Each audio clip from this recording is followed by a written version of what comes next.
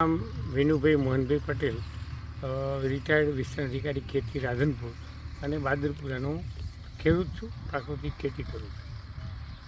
અત્યારે જે કમોસમી વરસાદ પડી રહ્યો છે એમાં જે ખરીફ સિઝનના વાવેતર હતા અને એમાં જે નિષ્ફળ ગયા એ સિવાય બચેલા વાવેતર એટલે કે બાજરી, અડદ એવું ઘણા બધા ખેડૂતોને થોડું ઘણું બચ્યું હતું અને એનું હાર્વેસ્ટિંગ પણ અત્યારે થઈ રહ્યું છે.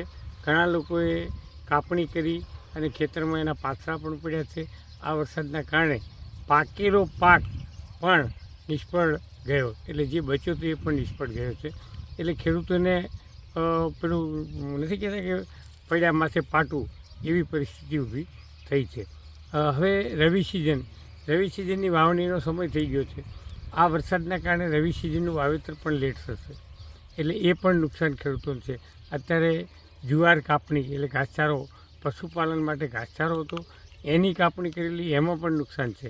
એટલે ખેડૂતોને ભયંકર નુકસાન આ માવઠાના કારણે થઈ રહ્યું છે. રવિ સિઝન લેટ પડશે એટલે એનું ઉત્પાદન ઘટશે, એ પણ નુકસાન થશે. બીજું એક છે કે અત્યારે જે કાપણી થયેલી છે એવા ખેતરોમાં બિનપિયત ચણા અને રાઈનું વાવેતર શક્ય છે, પણ બિયારણની શોર્ટેજ છે, બિયારણ મોંઘું છે.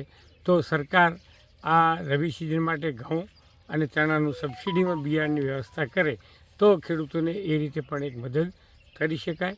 અને ખરીફ સિઝનનું જે વાવેતર હતું એ નિષ્ફળ ગયું, એમાં જે સરકારે પેકેજ જાહેર કર્યું છે એના પૈસા જો તરત નાખવામાં આવે તો એ પૈસામાંથી ખેડૂતો બિયારણ લાવી અને રવિ સિઝનનું વાવેતર કરી આ નુકસાનીનું ભરપાઈ કરી શકે, આવું મારું માનવું છે. ખેડૂત સહાય તો ખૂબ આપે જ છે, પણ સમયસર મળે તો ખેડૂતને ઉપયોગી છે.